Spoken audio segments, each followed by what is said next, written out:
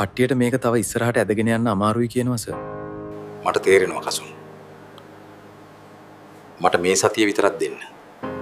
සමා වෙන්න සර්. මම දන්නවා සර් ඉන්න තත්ත්වය ගැන.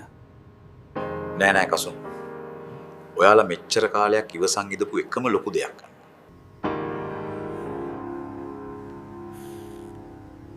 කම්පැනි එකේ අය තව වැඩි දවසක් ඉන්න එකක් නෑ. හැමදේම හිර වෙලා තියෙන්නේ. බැංකුවකින් ලෝන් එකක් ගන්න බැරි වෙයිද? මේ සේරම ගෙවලා දාන්න. මේ වගේ හිර වෙලා ඉද්දි ලෝන් එකක් දෙයි කියලා හිතන්න අමාරුයි. අපි මහගෙදර ගිහින් හරි ඉමු.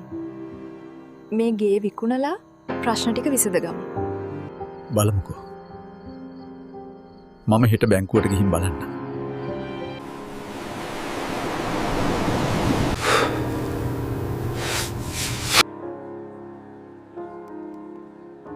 ලෝන් එකක් ගන්න නම් අමාරුයි.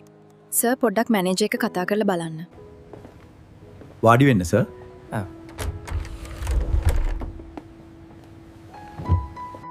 ඔයාගේ ලෝන් එක ඇප්‍රූව් කරා. මේ සතියේ සල්ලි ටික ගන්න පුළුවන්. සර් මගේ විස්තර ටික බැලුවේ නැද්ද? මම දන්නවා සර් ඉන්නේ ලෝන් එක ගෙවන්න බැරි තත්ත්වයක කියලා. ඒත් මේ වෙලාවේ සර්ට මම උදව් කරන්නම ඕන මොහොතක්. මාව මතක නැද්ද? මට මතක නෑනේ.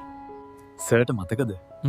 දවසක් රෙස්ටුරන්ට් එකක වේටර්ගේ අතින් සර්ගේ ඇඟට වතුර හැලුණා. එදා මම හිතාගත්තා මගේ ජොබ් එක ඉවරයි කියලා. එදා රස්සාව බේරගන්න මට උදව් කළේ සර්ගේ ඉවසීම. ඒ වේටර් රස්සාව කරලා තමයි මම ඉගෙන ගත්තේ. ඉවසීම පුරුදු කරොත් ජීවිතේ ගොඩක් දේවල් ලබා ගන්න පුළුවන් කියලා එදා මම ඉගෙන ගත්තා. සර් ඉවසපු නිසා එදා මට සැනසීම ලැබුණා. අද සර්ටත් ඒ සැනසීම ලැබෙන්නේ නැති කියලා මම හිතනවා.